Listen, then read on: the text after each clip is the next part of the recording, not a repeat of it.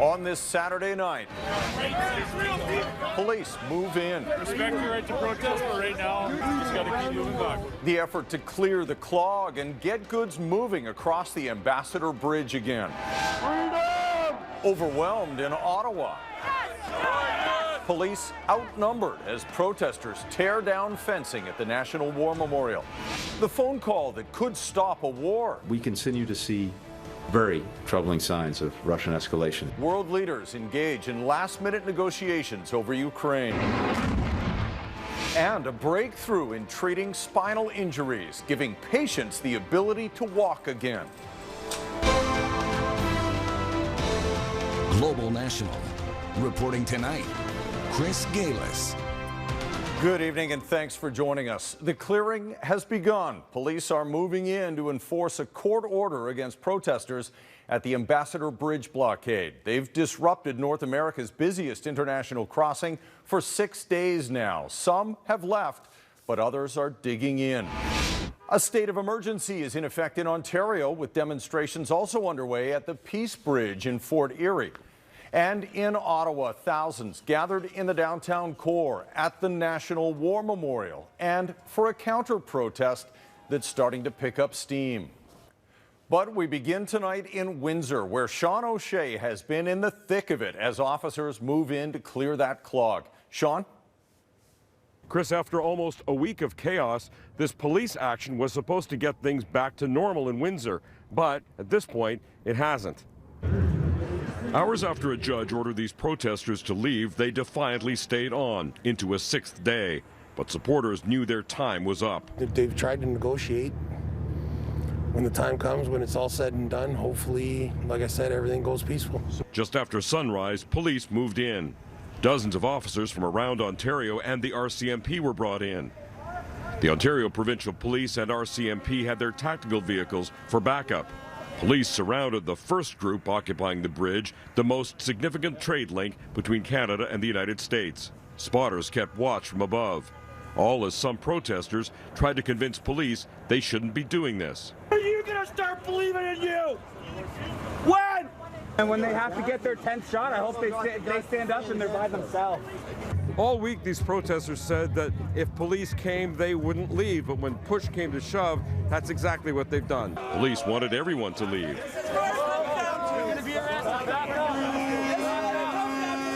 The news media ordered back too. Move these media out in front of the line. Media, out there. Let's go. And again, Canadian media outlets heard this from some protesters. You fake news? Get the out of here then. Clearing the blocked area was a time-consuming operation. Police worked slowly and carefully, impeded by others who showed up to lend their voice to the demonstration. When force forces you, you don't have a choice, you know. The bullies run our lives. And police here in Windsor still have a problem on their hands. More than 8 hours after they started to clear things out, more supporters have gone down to the roadway near the bridge, meaning at this point, that bridge remains closed. Chris. Thanks, Sean. That's Sean O'Shea in Windsor. Now, day 16 of what the Prime Minister and police are calling an illegal occupation in our nation's capital. All available officers are being deployed to enforce safety and encourage protesters to leave, but the disruption continues. Crowds swelled in Ottawa's downtown core again, and as Abigail Bimman reports, the National War Memorial has once again become a flashpoint. A group of protesters, many appear to be veterans wearing military attire, dismantle fencing surrounding the War Memorial. Fencing put up after this scene during the first weekend of the protest. Police are still investigating. You guys are going to guard this now. As the crowd around the memorial swelled on Saturday, at first only a couple of police officers were visible. Outnumbered, they talked to the dismantlers about their cause. A statement saying to the politicians that the soldiers you don't see in them are representatives because they're betraying our country at this point in time.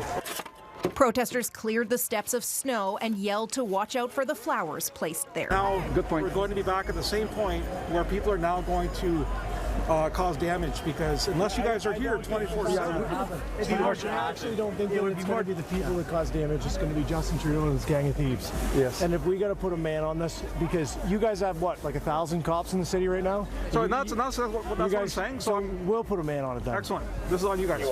Perfect. The Veterans Affairs Minister called what happened completely unacceptable. Ottawa police wouldn't answer any of our questions about it, but they did speak to the theme of being outnumbered in a release earlier Saturday. They said they have a plan to end what they're calling an illegal occupation, but they need more reinforcements to carry it out. So everybody's here peacefully. Protesters in Ottawa have been watching a different scene in Windsor, where enforcement to move people out began Saturday morning. No one we spoke to seems worried. I honestly want to see all the protesters on their knees with their hands up getting arrested, right? Because we're here peacefully. For my nephew's freedom, for the next generation of kids' freedom, I'll take a fine. I'll get arrested. I'm not afraid. Police say 2,600 tickets have been issued and they've made 26 arrests, with 140 criminal investigations underway, as many call for tougher action, with thousands in the streets of the nation's capital for the third weekend in a row. Abigail Bimman, Global News, Ottawa. Hundreds of people, mostly Ottawa residents, took to the streets to march against the convoy protest. The counter-protesters gathered in a park south of downtown, carrying messages like "Bullies go home" and "Make Ottawa boring again." They say the goal is to have their voices heard so they can get their city back. Somebody has to be here, and I think this is a productive and loving way to show our outrage and our love for our city. And honestly, I am appalled at the appropriation of our flag. What I want to see is a truck with a Canadian flag and not be frightened anymore. Another common comment at the demonstration is for order to be restored to the capital's downtown, with the convoy protest now dragging into its third week. Demonstrations in solidarity with those in Ottawa have formed in sites across the country.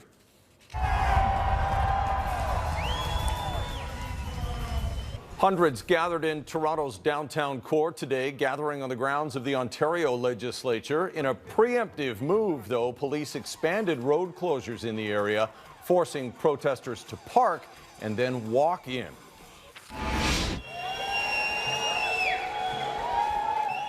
And large crowds marched through the streets of Montreal, calling for an end to COVID-19 measures, just as that province relaxes rules on home gathering limits and restaurant seating. Protesters were invited to join the convoy headed to Ottawa after the event, and a group of counter-protesters also held their own march in the city.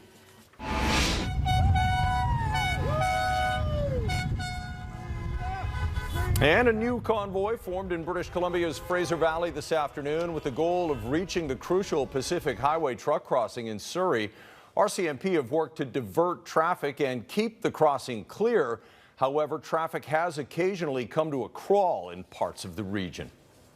Well, with Alberta rapidly winding down its COVID-19 restrictions, Premier Jason Kenney says it's not because of the ongoing blockade in Coutts, near the Alberta-Montana border crossing, that's disrupted traffic there for 2 weeks. The Canada Border Services Agency says services at that port are now temporarily suspended. Our Ottawa Bureau Chief Mercedes Stevenson joins us now with how Premier Jason Kenney is responding to the demonstrations. Mercedes. Chris, this week on the West Block, Premier Jason Kenney says that he is sympathetic to the frustrations that so many Canadians feel about COVID regulations. But despite that, he says no politician should be promoting blockades. Well, I will never praise people who are out there breaking the law, creating public safety hazards, and I don't think anybody in elected office should do that.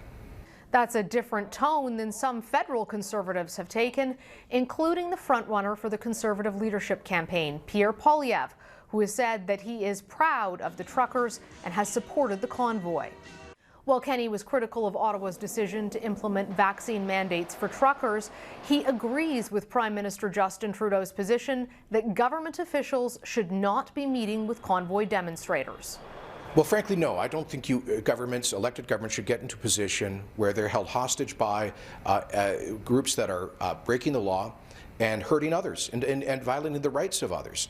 I think that these folks have made their point, and they can continue to make their point in lawful and peaceful ways without disrupting the economy, the lives of others, creating public safety hazards.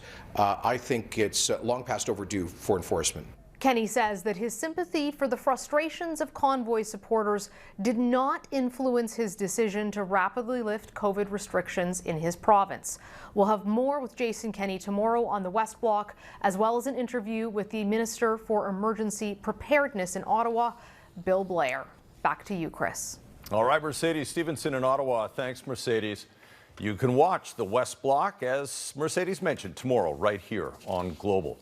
Now, French police clashed with protesters today after a convoy inspired by Canadian rallies made its way to central Paris.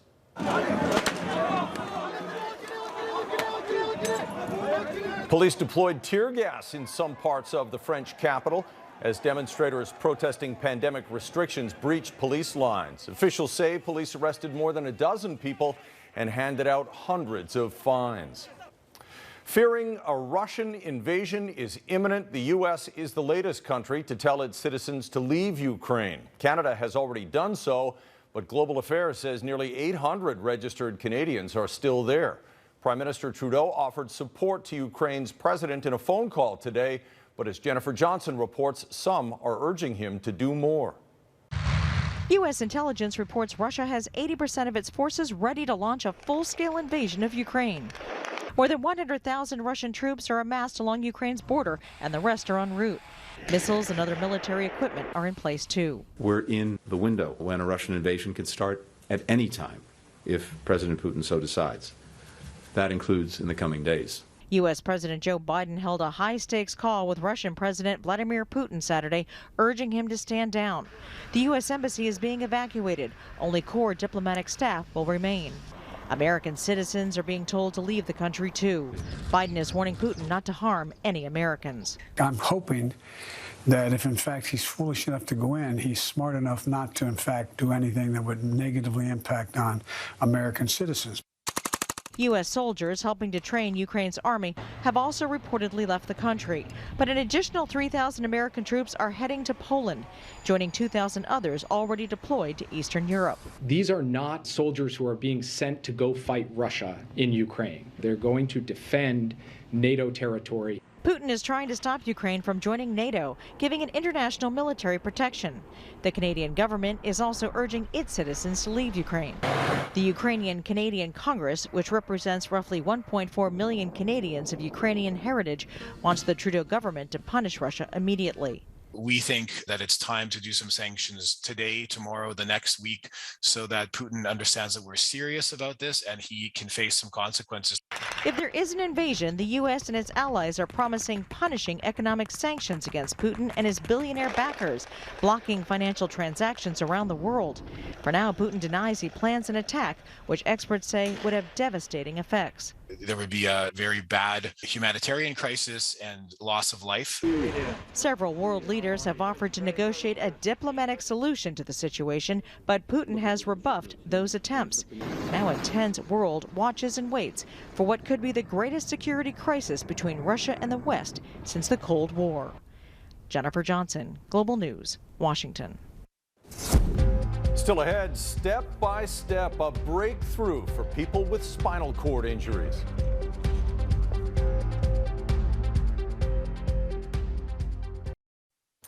Scientists are taking a giant step forward in spinal injury research, published this week in the journal Nature Medicine. As Mike Drolet shows us, Swiss-based researchers have developed a spinal implant that's enabling a paraplegic to walk again. For a man who was told he would never walk again, Michel Roccati sees every step he's now taking as a gift. The Italian man severed his spine in a motorcycle accident.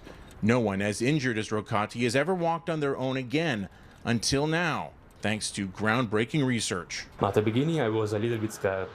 Swiss researchers implanted nerve-stimulating devices in the spines of 3 men between the ages of 29 and 41. Using a tablet and artificial intelligence, the device sends signals to the spinal nerves that are responsible for controlling leg movements. What makes it unique is instead of sending electrical signals down the spine, it targets the damaged area directly. In a healthy person, there is a message from the brain going through the spinal cord and then activating the pool of motor neurons that are activating certain muscles. We'll need to relearn it when we do it with the stimulation. It's not that natural, but it becomes more and more natural the more you train. Allez, bien, excellent. Super. The researchers are quick to point out their discovery isn't a miracle or a cure, nor is it a surgical fix for spinal injuries that are still considered irreparable. But they believe with work, it can improve quality of life. At the very beginning, it's not super easy. They still need weight bearing and they need to understand what's going on, but they can activate immediately their legs and step. A trial launch is planned in the U.S. next year with up to 100 patients. By then, Rocati hopes to have achieved his goal of walking a kilometer on his own. With the walker, I'm free. I can walk wherever I want. In this moment, I told me, okay, now I'm walking. Mike Drolet, Global News, Toronto. An armchair army of gamers helping scientists solve the biggest mysteries in medicine. Next. Gamers are skilled at saving fictional worlds, but during the pandemic, some have been given a chance to play a game that could have an impact on the real-world fight against COVID-19. John Waugh has more on the program and its impact. John.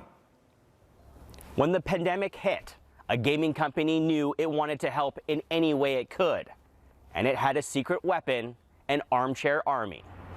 It started here in Reykjavik, Iceland, with the gaming company CCP, the makers of the hugely popular game EVE Online.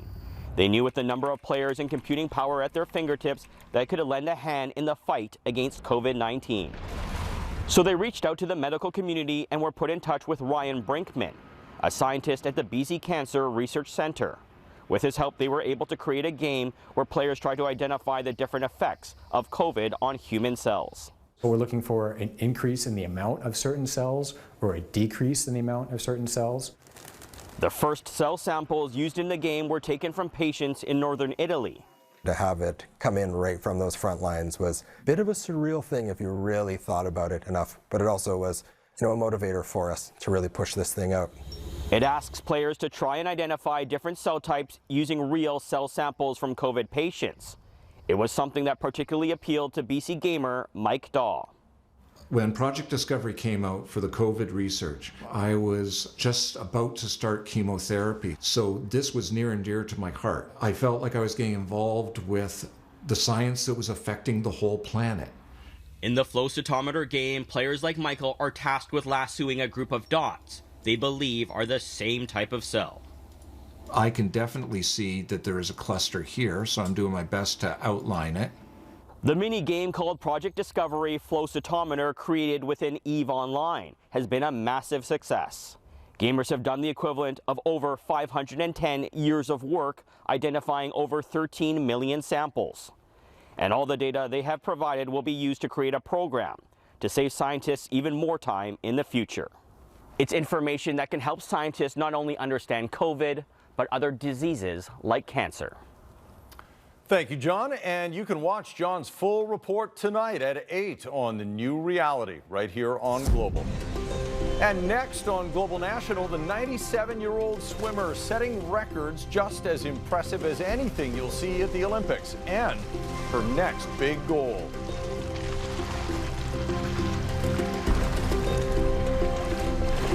Betty Brussel has loved swimming all her life, but it wasn't until she was in her 60s that she realized she was really good at it. Now 97, she's won countless medals and broken 2 world records. And as Jay Durant shows us, Betty isn't even close to the finish line yet. I don't know where these are from. You'll have to forgive Betty Brussel. It's hard to keep track. 2, 4. She has a bag full of swim medals she can barely lift. Most of them are gold. She's usually standing on top of the podium. But what's really impressive is the fact she didn't start swimming competitively until she was 68. I am a late bloomer, yes. Betty grew up with her 11 siblings just north of Amsterdam. That's her on the right. They learned to swim in this canal, taking the plunge any chance they could get. Gone out at 7 o'clock in the morning before I went to work. and just swam in the canal, and it was cold. She could never have guessed that one day she would set 2 world records at Masters meets. Pretty good. I was quite happy with that, yeah. That was really, really nice. Life's getting busy for Betty again. Twice a week she drives herself to the pool to train. There's still a lot of work to do. Her goal in life is to make it to 100 and to break all the world records in the 100 to 104 age group. She has suffered a heart attack, broke both feet, cracked a vertebra in a bad fall, and had an operation on her shoulder. None of it has stopped her. I always, when I'm recovered, I go back. I got to rest a little bit too, you know. I'm an old lady. Quiet time is a little more typical for someone her age. Her other hobby isn't nearly as demanding. But there are still medals to win and records to break. Just in case you were wondering how much longer Betty Brussel will keep coming to the pool. Always. Always. I feel always the best when I'm swimming. Whew. Jay Durant, Global News.